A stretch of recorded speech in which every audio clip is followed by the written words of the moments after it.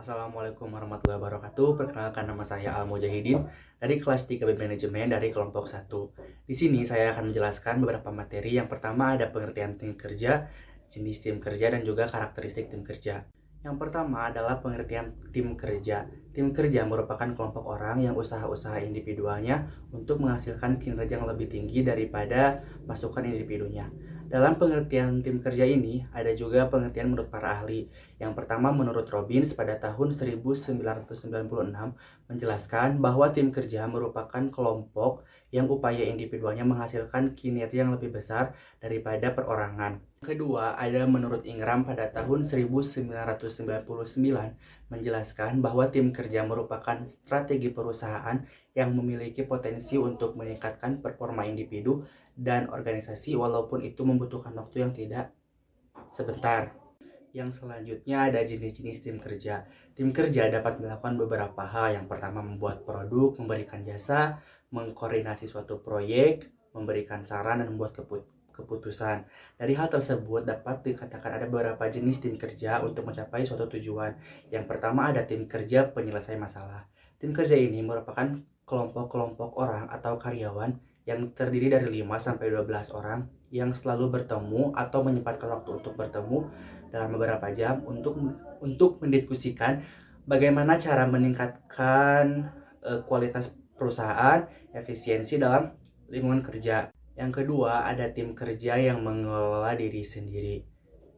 Tim ini merupakan tim yang benar-benar sangat otonom, tidak hanya dapat menyelesaikan masalah, namun juga dapat mengimplementasikan solusi-solusi dan bertanggung jawab penuh atas hasilnya. Yang selanjutnya ada tim kerja lintas fungsional. Tim ini merupakan karyawan dari tingkat hierarki yang kurang lebih sama dari berbagai bidang pekerjaan yang selalu terkumpul dalam menyelesaikan tugas. Yang selanjutnya ada tim kerja virtual. Tim kerja ini merupakan karyawan yang menggunakan teknologi komputer untuk menyatukan beberapa anggota yang terpisah, baik secara fisik, untuk mencapai tujuan bersama. Yang ketiga, adanya karakteristik tim. Untuk yang pertama, adanya kesepakatan terhadap misi suatu tim. Jelas harus ada kesepakatan, karena kalau tidak ada kesepakatan, maka tidak akan terbentuk sebuah tujuan untuk dicapai. Yang kedua, adanya mentaati peraturan norma yang berlaku. Yang ketiga adalah adanya pembagian tugas, wewenang, dan tanggung jawab. Jelas harus ada pembagian, baik tugas maupun wewenang ataupun tanggung jawab, karena dalam mencapai suatu tujuan ataupun misi yang ditetapkan harus ada pembagian supaya dapat terkoordinasi. Dan yang terakhir, dapat beradaptasi dalam suatu perubahan. Assalamualaikum warahmatullahi wabarakatuh. Perkenalkan, nama saya Senita Novianti dari kelas 3B Manajemen S1. Di sini saya akan menjelaskan tentang perkembangan tim, kekompakan tim, dan norma-norma tim. Tingkat perkembangan tim diawali dengan tahap pembentukan rasa kekompakan. Tahap awal ini secara berangsur-angsur memulai diletakkannya dasar-dasar perilaku tim, baik berkaitan dengan tugas tim maupun hubungan antar pribadi anggota tim. Pada tahap ini, tujuan tim masih belum jelas karena masih mencari-cari bentuk kerjasama tim. Kondisi terakhir yang diharapkan terjadi pada fase ini adanya hilangnya kekuatan dalam hubungan antar pribadi. Semua anggota merasa bahwa mereka berada dalam satu kesatuan tim. Di luar mereka adalah orang-orang lain yang bukan termasuk anggota tim. Lalu yang kedua adalah kekompakan tim. Sebuah tim dapat dikatakan memiliki kekompakan saat masing-masing anggotanya memiliki ikatan satu sama lain yang menghubungkan mereka secara keseluruhan. Kekompakan merupakan sejauh mana setiap individu dalam tim bersatu untuk mengejar suatu tujuan bersama. Tim juga dapat dikatakan kompak bila setiap individu fokus pada setiap proses yang menjadi tujuan bersama, bukan pada pribadi antar individu dalam tim. Menghormati satu sama lain, berpikir positif, memiliki komitmen atas keputusan yang telah ditetapkan dalam suatu tim, serta menciptakan tanggung jawab dalam tim. Dan yang ketiga, norma tim. Norma tim atau peraturan dasar dibuat dengan semua anggota tim berpartisipasi secara setara. Manajer tim atau sponsor perusahaan tim termasuk dalam diskusi dan harus setuju untuk mempraktikkan pedoman-pedoman hubungan yang dikembangkan. Contoh norma atau pedoman tim, perlakuan satu sama lain dengan bermartabat dan terhormat. Transparansi, hindari agenda tersembunyi. Bersikaplah tulus satu sama lain tentang gagasan-gagasan, tantangan, dan perasaan. Percayalah satu sama lain. Percaya diri bahwa isu yang dibahas akan dijaga dengan percaya diri. Manajer akan membuka ruang di mana orang-orang memiliki informasi dan merasa nyaman untuk meminta apa yang mereka butuhkan. Anggota tim akan mempraktikkan komitmen yang konsisten untuk membagikan semua informasi yang mereka miliki. Jika kita berkomitmen untuk melakukan sesuatu, maka lakukanlah. Bertanggung jawab dan bertanggung jawab atas tim, tidak apa-apa menjadi pembawa pesan dengan kabar buruk. Kita bisa mengharapkan pendekatan pemecahan masalah, bukan tudingan. Tim perlu mengeluarkan usaha untuk mempraktikkan semua norma ini dan cukup peduli dengan tim lainnya dan pekerjaan untuk saling berhadapan dengan perhatian, welas asih, dan tujuan ketika seorang anggota tim gagal mempraktikkan norma-norma ini. Assalamualaikum warahmatullahi wabarakatuh. Nama saya Dinda Alia Khairunisa dari kelompok 1. Di sini saya akan menjelaskan 3 poin, yaitu yang pertama mengenai efektivitas tim kerja, yang kedua menangani konflik tim, dan yang ketiga yaitu mengubah individu menjadi pemain. Langsung ke poin pertama, yaitu tentang efektivitas tim kerja. Di sini tim yang efektif pasti akan memiliki rasa percaya diri dalam diri mereka dan mereka akan selalu yakin bahwa mereka akan berhasil. Efektivitas tim kerja ini juga dapat dinilai melalui produktivitas kerja, kepuasan atasan, dan juga kinerja tim kerja itu sendiri. Selain itu, ada 4 komponen penting untuk menciptakan tim yang efektif. Yang pertama yaitu rancangan pekerjaan atau program kerja. Di sini rancangan pekerjaan umumnya berisi target dan waktu pengerjaan suatu pekerjaan yang akan dilaksanakan. Sehingga dengan adanya rancangan pekerjaan ini, semua pekerjaan akan jauh lebih terarah. Yang kedua ada konteks. Di sini ada 3 faktor kontekstual yang signifikan sering muncul dalam tim kerja. Yang pertama yaitu sumber daya yang mencukupi. Yang kedua, kepemimpinan dan struktur. Di sini anggota tim harus sependapat mengenai siapa yang akan melakukan apa dan harus memastikan bahwa semua anggota tim menyumbang sama dalam berbagai beban kerja. Dan yang terakhir yaitu evaluasi kinerja dan sistem reward. Biasanya sistem reward ini berdasarkan pembagian keuntungan, perolehan saham, dan juga insentif kelompok. Yang ketiga yaitu komposisi. Komposisi ini menjelaskan tentang bagaimana suatu tim harus dibentuk melalui beberapa hal. Yang pertama yaitu kemampuan anggota, lalu personalitas, mengalokasikan peran, fleksibilitas anggota, dan yang terakhir adalah pilihan anggota.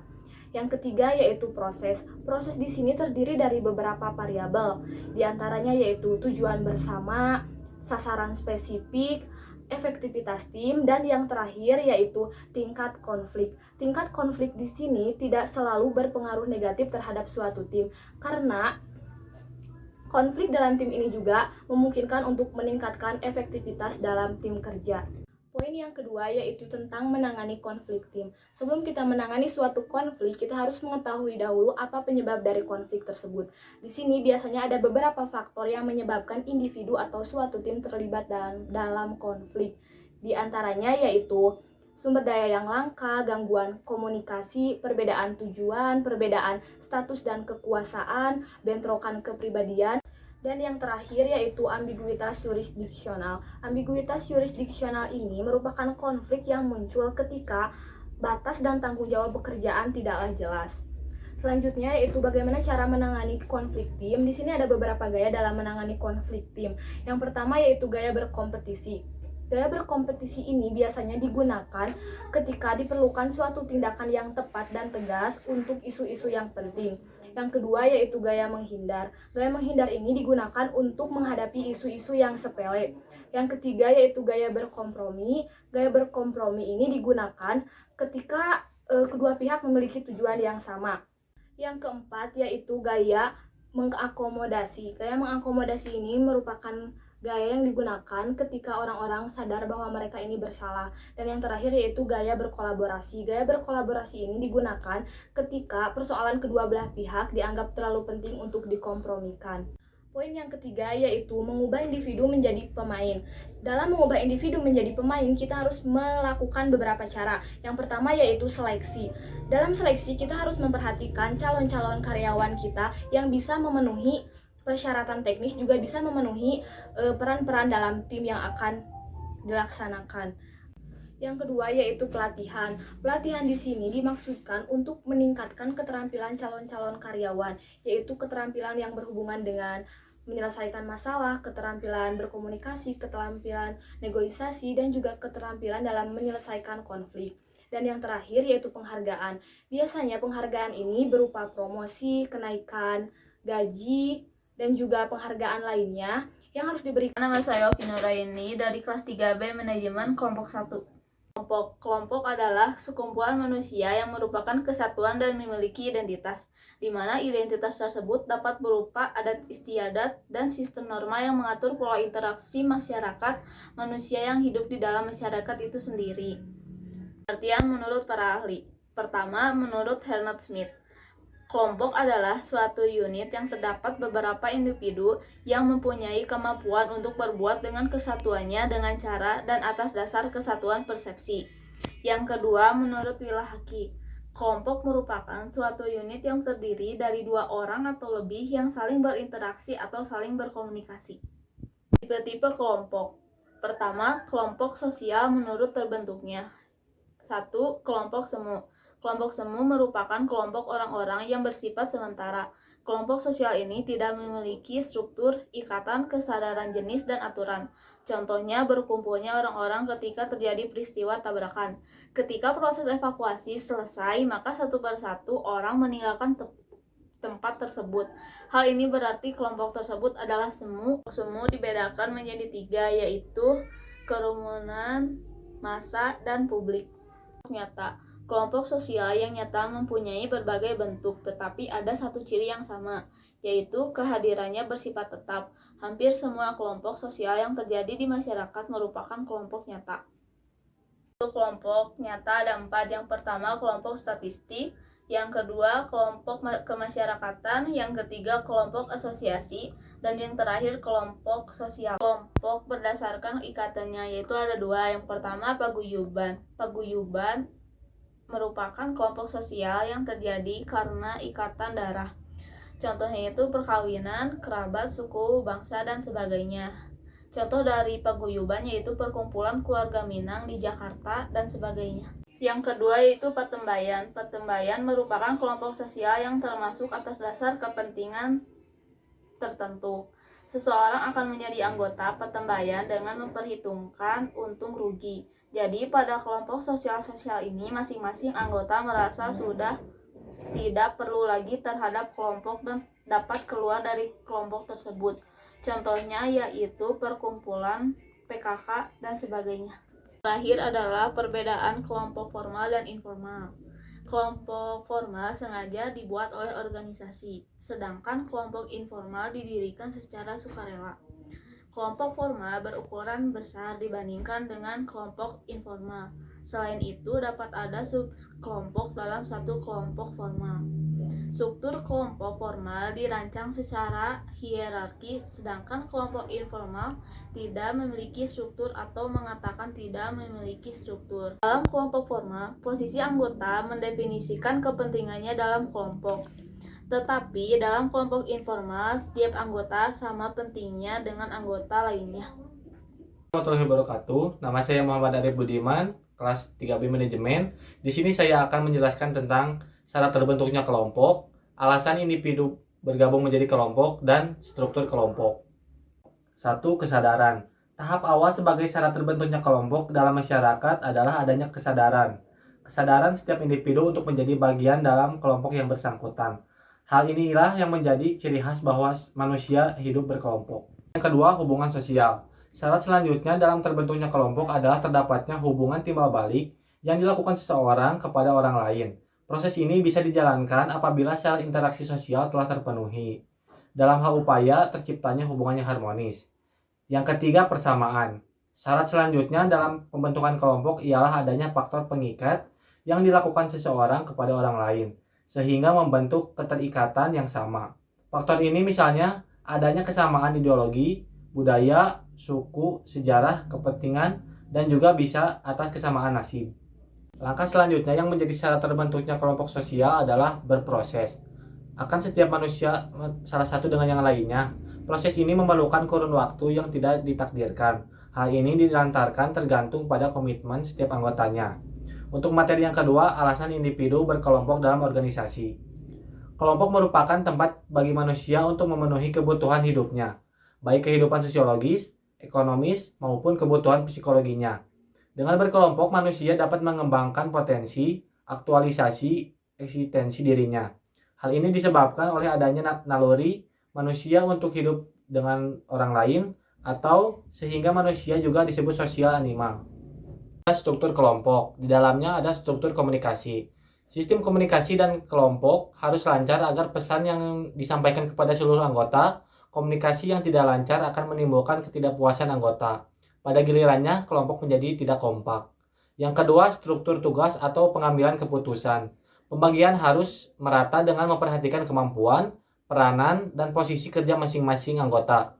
Dengan demikian, seluruh anggota kelompok ikut berpartisipasi dan terlibat, sehingga dinamika kelompok harus semakin kuat. Yang selanjutnya, struktur kekuasaan atau pengambilan keputusan. Kedinamisan kelompok sangat erat dengan kecepatan pengambilan keputusan. Selain itu, harus jelas siapa yang mengambil keputusan, dan ketidakcepatan pengambilan keputusan menunjukkan lemahnya struktur kelompok. Yang selanjutnya, sarana terjadinya interaksi. Interaksi di dalam kelompok harus sangat diperlukan, sedangkan dalam struktur kelompok harus menjamin kelancaran interaksi. Kelancaran interaksi memerlukan sarana. Contohnya, ketersediaan ruang pertemuan kelompok yang dapat menjamin kelancaran interaksi antar anggota. Assalamualaikum warahmatullahi wabarakatuh. Perkenalkan, nama saya Setia Ramdan dari kelas 3B. Di sini saya akan menjelaskan beberapa 3 poin. Yang pertama, beberapa masalah dalam dinamika kelompok. 1. Kepemimpinan. Masalah kepemimpinan sangat strategis sifatnya karena dapat menentukan efektif tidaknya proses kelompok. Yang kedua, pengambilan keputusan dan pemecahan masalah. Pengambilan keputusan dan pemecahan masalah merupakan inti dari tugas atau misi kelompok. Untuk itu, pengambilan keputusan harus diputuskan dengan sangat matang. Yang ketiga, komunikasi. Karena kelompok merupakan kumpulan dari para individu yang berinteraksi satu sama lain, maka masalah komunikasi sangat memegang peranan sangat yang sentral. Yang keempat, perbedaan konflik. Perbedaan kepentingan dan harapan yang ada di dalam kelompok boleh jadi tidak dapat dihindari. Yang kedua, tahapan perkembangan kelompok. Yang pertama, tahap pembentukan atau forming. Tahap ini merupakan tahap pertama dalam pembentukan kelompok kerja. Para anggota mulai mempelajari tugas yang diberikan dan berkenalan dengan anggota lainnya. Yang kedua, tahap timbulnya konflik atau storming. Para anggota mulai bekerja, tetapi mereka cenderung akan mempertahankan pendapat mereka sendiri, menolak batasan-batasan yang ditetapkan oleh kelompok. Yang ketiga, tahap normalisasi atau norming. Tahap ketiga adalah tahap normalisasi atau norming, yaitu tahap terbentuk hubungan yang dekat antar anggota kelompok dan menciptakan aturan-aturan serta menemukan cara dekat komunikasi yang tepat supaya dapat membantu mereka mencapai tujuan yang diinginkan. Keempat, tahap berkinerja atau performing. Tahap berkinerja atau performing di mana semua anggota kelompok telah dapat bekerja dan berfungsi secara penuh. Pada tahap ini, semua anggota memiliki keberanian dan kebersamaan, percaya diri, kreatif, inisiatif, dan semangat yang tinggi. Yang kelima, tahap pembubaran. Tahap ini dikhususkan untuk kelompok-kelompok kerja yang bersifat sementara. Setelah suatu proyek selesai, maka akan dibubarkan. Yang ketiga, perbedaan kelompok dan tim kerja. Kelompok dan tim kerja tujuannya sama, yaitu bekerja sama. Tapi perbedaannya, kelompok yaitu sebagai wadahnya dan tim kerja itu membentuk suatu kumpulan untuk menyelesaikan suatu tugas.